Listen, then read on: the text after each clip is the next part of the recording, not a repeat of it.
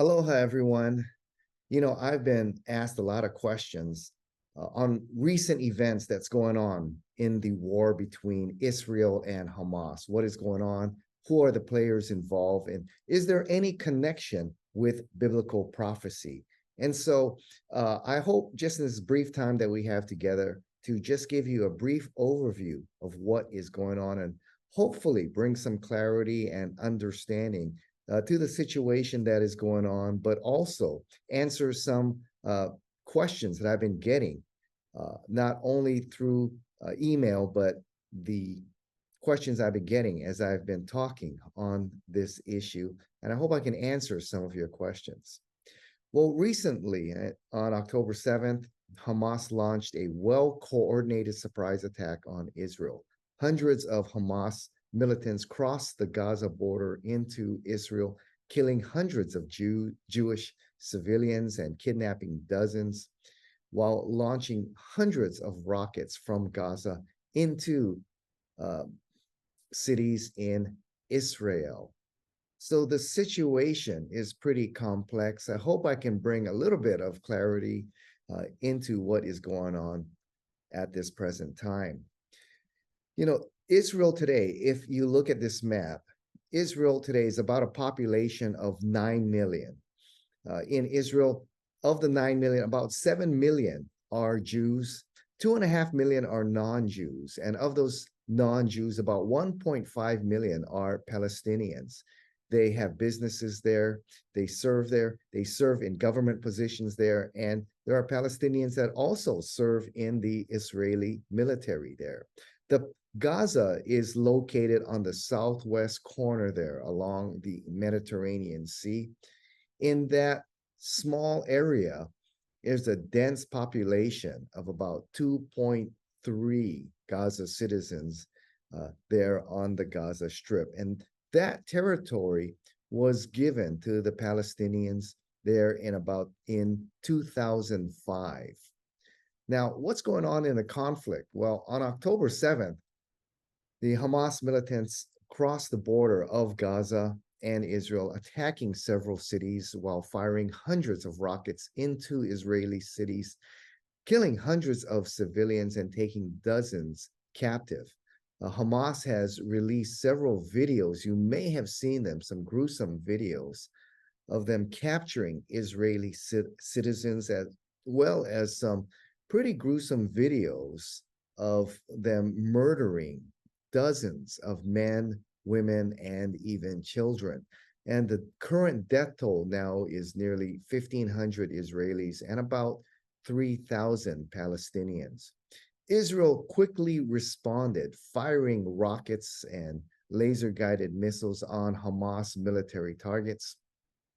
And at the time of this recording, Israel is preparing to launch an invasion into northern Gaza to annihilate, take out Hamas once and for all. So Israel has warned the citizens of northern Gaza to evacuate and to go down south there. And so Israel is on the border of Gaza now, preparing to invade Gaza and destroy Hamas. Well, up to the north on the Israeli-Lebanese border there, that is the headquarters of another terrorist organization, Hezbollah. And in light of Israel's imminent attack on Gaza, Hezbollah in Lebanon has fired rockets into northern Israel, warning that if Israel does invade Gaza, Hezbollah will attack Israel from the north. So Israel is concerned about a war on two fronts, Hamas to the south and Hezbollah to the north. So that's the situation where it stands now. Let's take a look at who is Hamas and who is Hezbollah. Well, Hamas is a Sunni Islamic organization. If you remember your Islamic history, soon after the death of Muhammad, Islam divided into two major divisions here, the Sunni and the Shia, or the Shiites. And the two have been at war ever since. The majority of the Islamic world, I think about 75 to 80%, are Sunni. So Hamas is a Sunni Islamic organization. They were established at the beginning of the first Intifada there in December of 1987 by Sheikh Ahmed Yassin. Now, Hamas's mission, they are dedicated to the establishment of an Islamic state that encompasses all of the land of Palestine. That's current day Israel, the West Bank, and Gaza. Gaza, of course, is that piece of land to the southwest. The West Bank there, just west of the Jordan, includes the territories in which the Old Testament names as Samaria and parts of Judea. And key cities are in there like Jericho and Bethlehem. They are part of the West Bank there. Hamas has their stronghold and headquarters in Gaza, there to the southwest. Fatah and the PLO control the West Bank. So Hamas believes in the establishment of an Islamic theocracy over all the territory of the land of Israel. They state in their statement from the Mediterranean Sea to the Jordan River. They do not want a two-state solution with Israel and the Palestinians. They want the entire land of Israel. They want the Jews gone from the land, and they want the entire territory. That's why it's very difficult to negotiate with groups like Hamas that seek the ousting of Israel and complete control of that entire area. They will not settle for anything less. And the symbols of Hamas on their logo illustrate the group's attitude toward Israel. Now, if you look at the logo, the flag of Hamas here, at the top is an outline of the territory of Israel, and it includes Gaza, the West Bank, and all of Israel. They're shown as one entity, entirely covered in green, Hamas's symbolic color. And so you can see that their intent is to establish a theocracy there in the entire land of Palestine or Israel. They will not settle for anything less. Now, in the center is the Muslim shrine, the Dome of the Rock in Jerusalem. And it is surrounded by banners bearing the phrase, "There is no God but Allah, and Muhammad is the messenger of Allah." Underneath those are the words Palestine and Islamic Resistance Movement, or Hamas. And as you can see there are two crossed swords there, and they're a common Islamic motif representing the power of Islam and the desire to spread the religion by the sword if necessary. Now, Hamas was voted in as the ruling party in Gaza in 2006. So they took control of Gaza and the government there in 2006. Hamas is also involved in social and educational work, especially in the poor neighborhoods. They have established several schools there where they're educating very young children. Unfortunately, they are educating them in Hamas ideology. And so they are teaching this radical form of militant Islam there and hatred for Israel and her allies to children at a very young age. They are indoctrinating them in this ideology. And you can go on the internet and see even cartoons designed for young children in indoctrinating them in the ideology of Hamas. Several countries, including the United States, Canada, the European Union, and numerous others, have designated Hamas as a terrorist organization. They have been involved in numerous conflicts with Israel in a lot of terrorist activity. This one, however, that has just occurred on October 7th and is going on now, is one of the largest, or perhaps the largest attacks, terrorist attacks by Hamas upon Israel. Now, to the north, you have Hezbollah there in southern Lebanon on the border of Israel there. And who is Hezbollah? Well, Hezbollah means the party of God. This is a powerful political but also military organization. They have also been designated as a terrorist organization. there in Lebanon, they are made up mostly of Shia Muslims or Shiite Muslims. Hezbollah was established in 1982 by Sheikh Mohammed Hussein Fadallah. It emerged with the financial backing from, guess who? Iran. And its objective was to drive Israeli troops out of Lebanon and recapture the land of northern Israel. In Islamic theology, the land that Allah has given to Muslims is always a part of Islamic territory. And so they believe in their theology that the land of Israel and Palestine was given to the Muslims. And so it is their territory. And also, if you understand Old Testament theology, the people of Israel believe that the land of Canaan, present day Israel, was given to them by God. So you have two major theological views in conflict here. So it further, adds complexity to the issue here. So the mission of Hezbollah is to drive the US and Israel out of Lebanon and the Northern Territory or the Golan Heights there in the Israel-Lebanese border. Now, if you looked at their logo, the text above their logo reads, "Then surely the party of Allah are they that shall be triumphant." That means triumphant or victorious. Often it has military implications. There's from chapter 5 of the Quran. Underneath the logo are the words, "the Islamic resistance in Lebanon." And Hezbollah has become a very powerful political force there in Lebanon, taking many seats there in the Lebanese government. They're believed to be responsible, if you remember, for the bombing of the United States Embassy and the Marine Barracks in 1983 that killed nearly 260 Americans, mostly soldiers.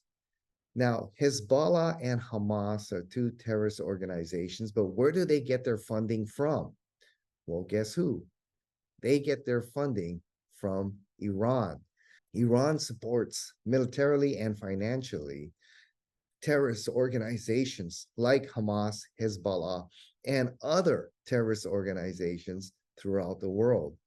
The goal of Iran is the destruction of Israel and her allies, particularly the United States, because the United States is the biggest ally of Israel. And they have made their intent very clear, from Mahmoud Ahmadinejad to the Ayatollah Khomeini to the other religious leaders that Iran has. They have made it very clear what their intention is to destroy Israel and the United States.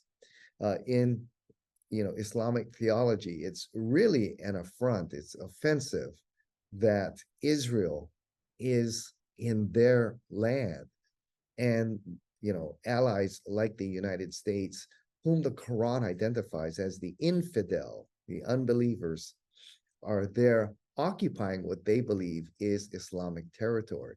And so Iran, with the wealth that they gain from their oil trade, seeks nuclear arms and the destruction of Israel, and has made the threat that if Israel or the United States should launch any kind of invasion into the land of Iran, they are ready to fire thousands of missiles into Israel.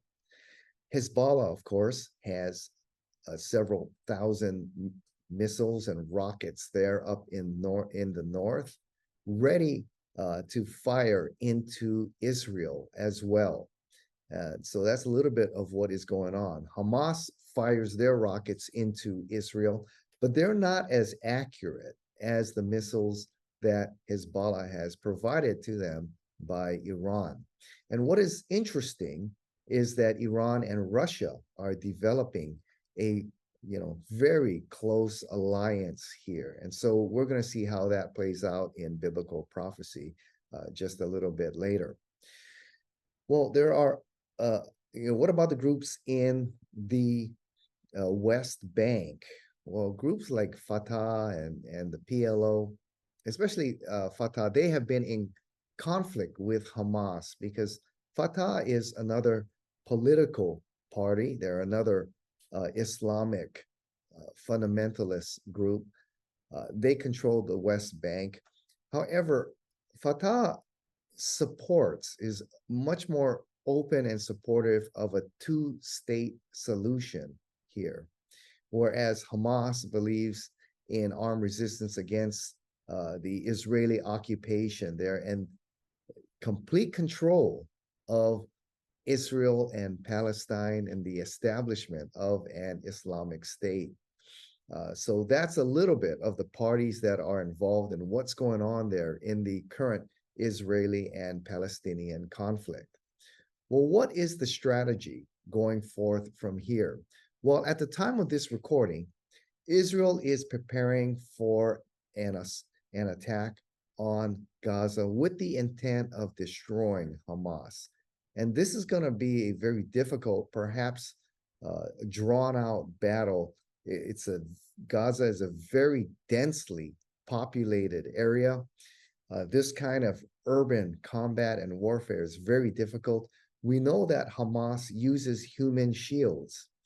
They have taken dozens of Israeli citizens prisoner, and they're using them for human shields. But also, they fire their rockets, and many of their militants use hospitals and schools and religious centers from which they launch their military activity and from which they hide behind. And so it's very difficult. Israel follows more of the just war ethic here. They seek military targets here. And it's very difficult when you're firing rockets and using hospitals and religious centers and elementary schools as your shield, not to have what's called collateral damage here. It's very, very difficult. And so as Israel goes in, you're going to see a lot of collateral damage because that's Hamas's strategy, to use these human shields. And then when children and civilians are killed, they will videotape that and use it as propaganda, as they are already doing, to show, that Israel is the evil nation and win the sympathy of the world and get the world to turn on Israel. So that will be the plan of Hamas. And already there are anti-Israeli, pro-Hamas protests throughout the United States. There's been a recent protest in Washington, D.C., led by several of our congresswomen there, Rashid Tlaib of Michigan, Alexandria Ocasio-Cortez of New York, Ilhan Omar of Minnesota. And we're seeing numerous protests on our college and university campuses against Israel and in favor of Hamas. Of course, our left-wing liberal professors, they're promoting a lot of anti-Israeli ideology there. A lot of people are concerned about what's being taught at the universities, and well, we should be. We at Evidence and Answers have a Preparing for College conference where we prepare our students for to be spiritually, intellectually, and morally prepared for the challenges they're going to face on the university campus. And I think that what you see in these protests, many intelligent college students denying the reality of the Hamas videos.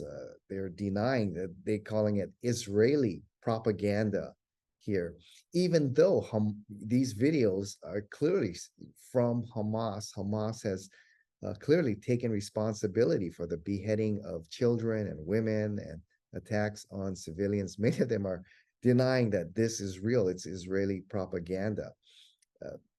It's difficult to understand how they can deny the reality of that, but that's some of the products you see. I hope you're beginning to see some of the products of the liberal ideologies that are just being spewed, and our young students there at many of these universities just being brainwashed in this kind of ideology here.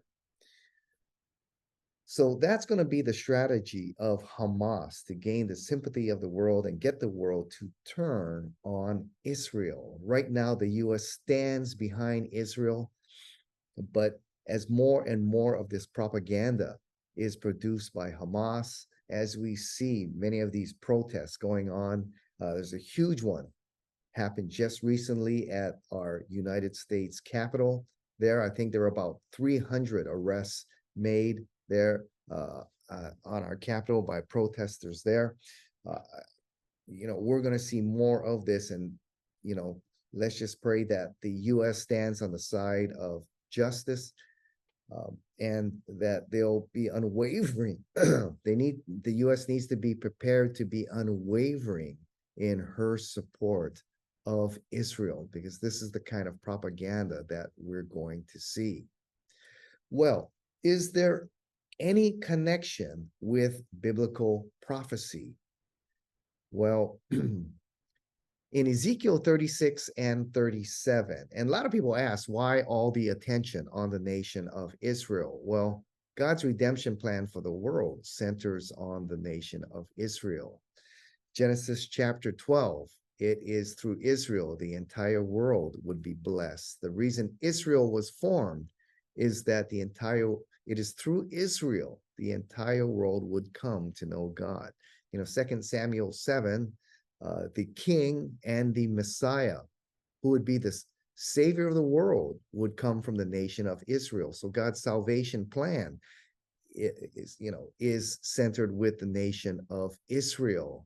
And then God will establish his government, the king, the coming king who will bring peace to the entire world. He shall return and he shall establish his government there in Israel. Isaiah chapter 2, Jerusalem will become the political as well as the religious center of the world when the Messiah returns to establish his everlasting kingdom and bring peace and justice to the world. Isaiah chapter 2 says, the world will say, come, let us go to the mountain of the Lord.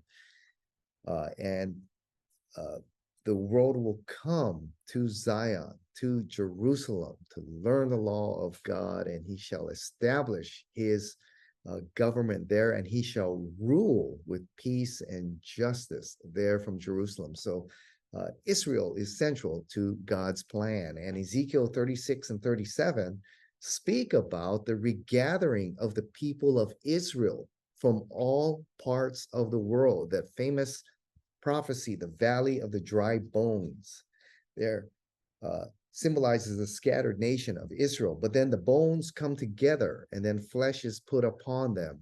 But the bodies do not have life. That's the regathering of Israel, the Jewish people, back to the land of Israel there. And the bodies are there, but they have no life. And then God's Spirit breathes into the bodies and they come to life. So Israel will return in a state of unbelief from all the nations of the world. And in 70 AD, when Titus destroyed Jerusalem and scattered the Jews to all parts of the world, about 1900 years later, there in 1948, the Jews return to the land of Israel. And currently they are in a state of unbelief, but spiritual revival will come. Now, a lot of the biblical prophecies, if you take them literally, as I do, Israel must be back in the land. Ezekiel chapter 40 and on talks about the building of the new temple there in Jerusalem. And Ezekiel 38 and 39 speaks of a war, the war of Gog and Magog here. Gog is mentioned first. They're the military leader of this coalition. The land of Magog there is north of the Black Sea there. That would be Russia there. And in many translations, the word Rosh is there. That's the ancient name of Russia. Then other nations are named: Meshach, Tubal, Gomer, Beth Togarmah. Those are the territories in the present country of Turkey. Persia, of course, is Iran. Kush is Sudan and northern Ethiopia. Put is Libya. And what is interesting is that many of the battles, the Six-Day War, the Battle of Yom Kippur, the Battle of Jewish Independence in 1948, many of these wars, these countries were a part of this war, funded financially and militarily by guess who? Russia.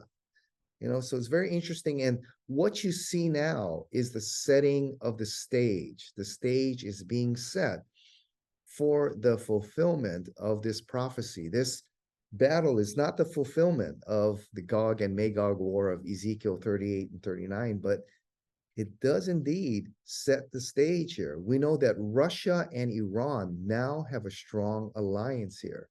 And Iran has been funding terrorist groups like Hamas and Hezbollah and countries like Syria.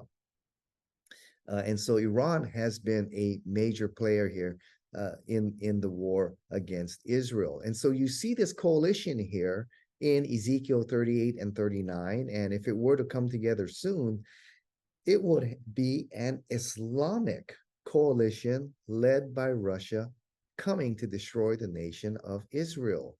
And so it's very interesting what you have here. You have Lebanon threatening to invade from the north. You have Iran threatening to fire missiles into Israel. They are directly funding these groups seeking, and they've made it very clear that they are seeking the destruction of Israel here. What's interesting, when Ezekiel, wrote this prophecy back in the 6th century BC, Islam was not around at that time. And now, when you read Islamic theology, you read the Quran, Muhammad sought the destruction of the Jews. He first sought to win their friendship, but when they rejected his claim to apostleship and prophethood, and they rejected him, then he turned and he gained a military army. He became very hostile to the Jewish people. And in the Quran, you see that Muhammad orders jihad on people of the book, names them very specifically, and those are Jews and Christians.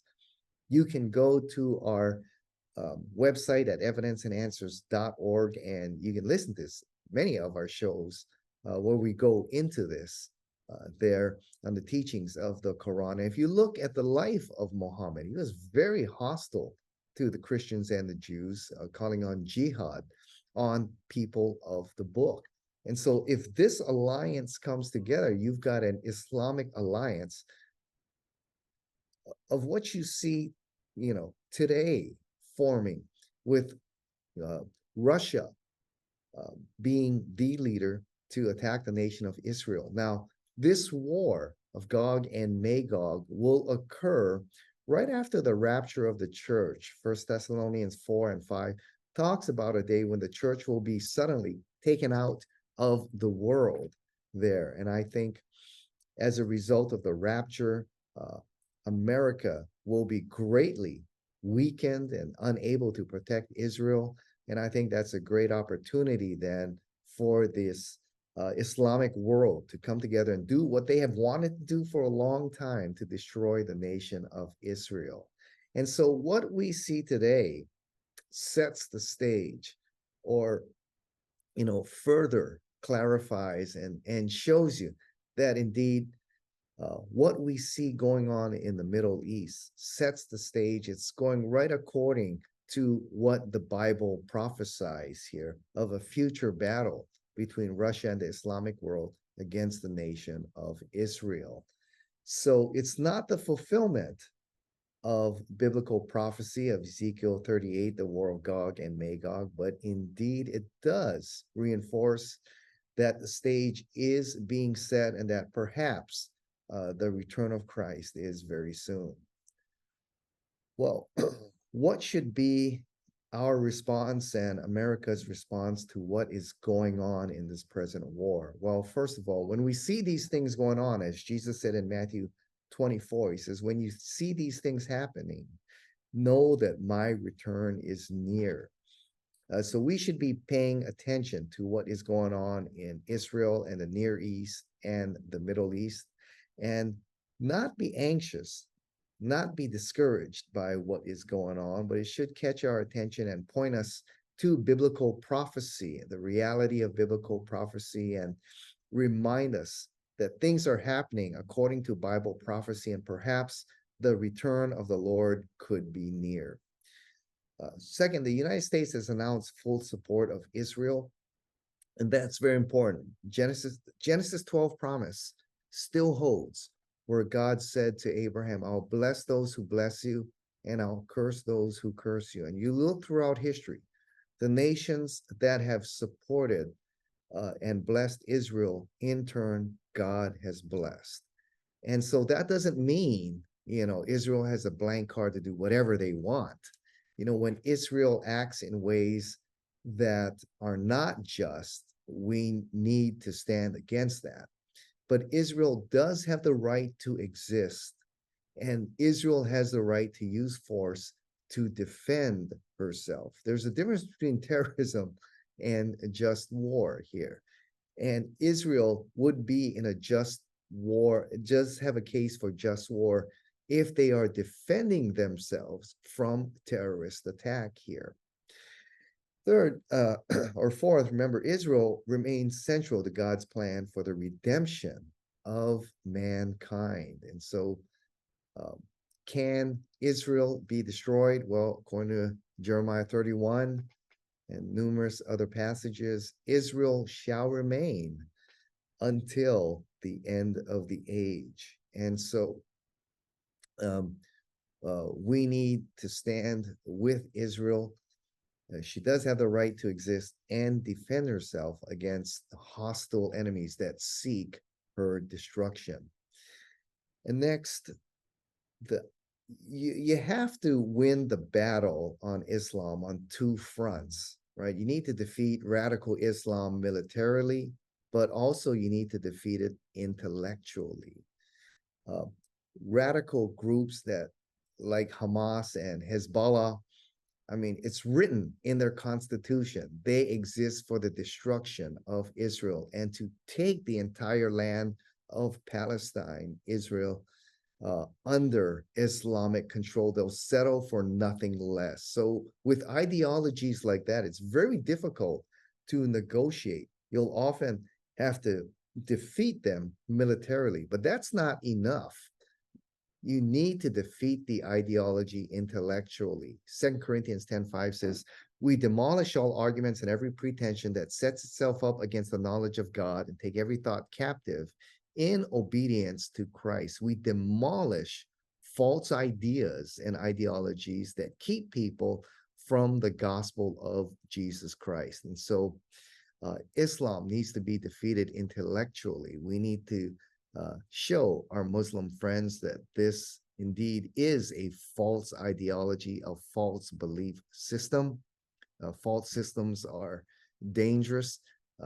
And you can see the danger of false religious systems here. We need to show them the truth and the power of the gospel message of Christ. And if there were to be a mass conversion there in the Middle East of these people turning from Islam to Christ, and they were to apply the biblical teachings of Christ, you would have a much more peaceful Middle East. Realistically, will that happen? Well, it'd be miraculous if it did.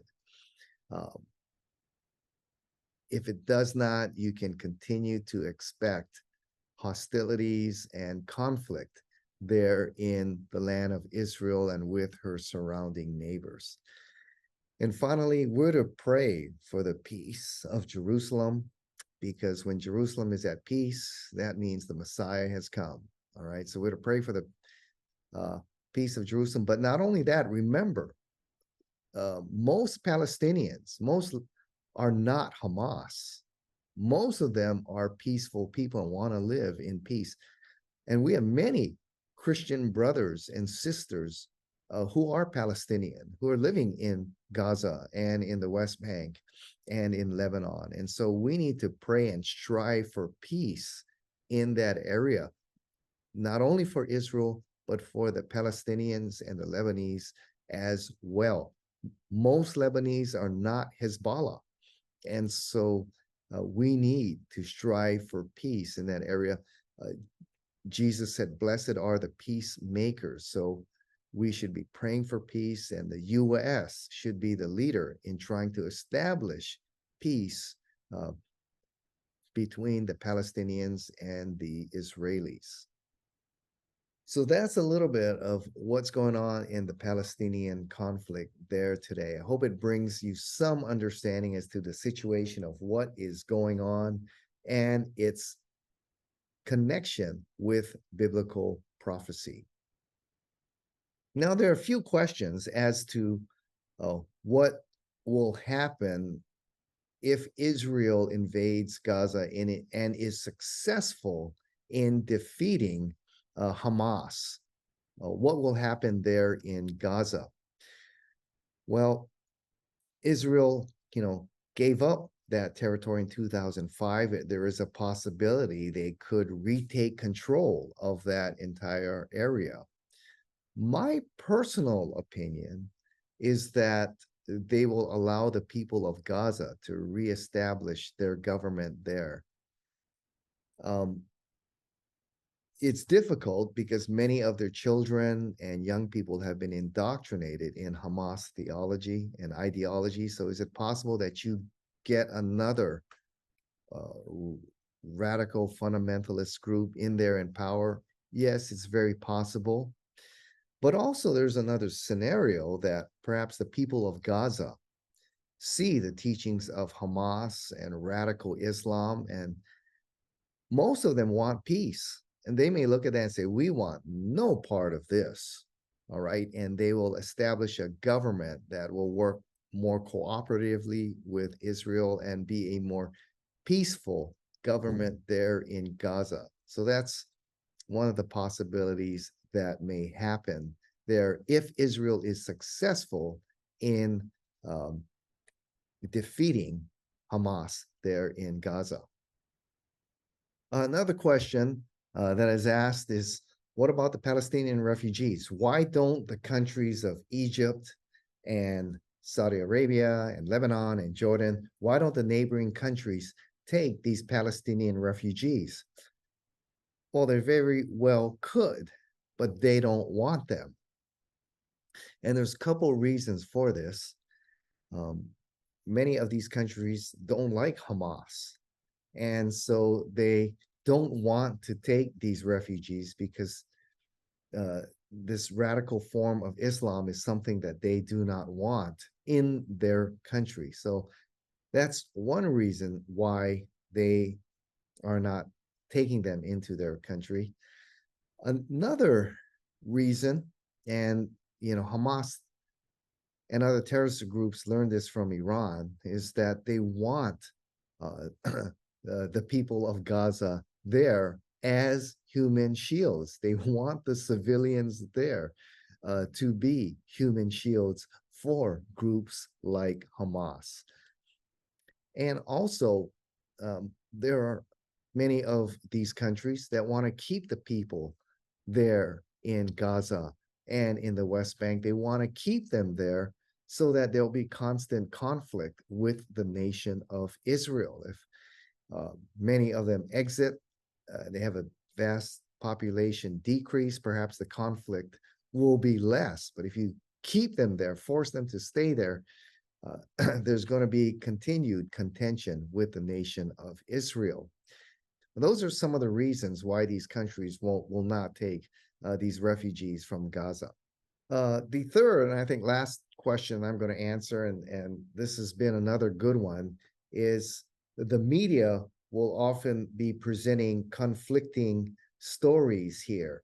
You can already see that some news outlets are pro-Hamas, anti-Israeli, and you can see that in many of the protests going on in the United States and on our collegiate campuses. So how do we discern the truth in the media? Well, we do a whole seminar on that. You can go to our website at evidenceandanswers.org and listen to our seminars on discerning truth in media. But you're going to be very wise and discerning here. Remember, the biblical passages in regards to the nation of Israel. That doesn't mean every single thing they do, they get a pass. No. When they do things that are unjust or not right, they need to be called on it as well. But don't just get your news just from one source. The principle of cross-examination there is taught us in Proverbs. A man's story seems right till someone comes and tells the other side. And so you need to get from multiple news sources, radio, internet, as well as the news media there on cable and TV, and be discerning, be able to discern which ones are telling you the truth.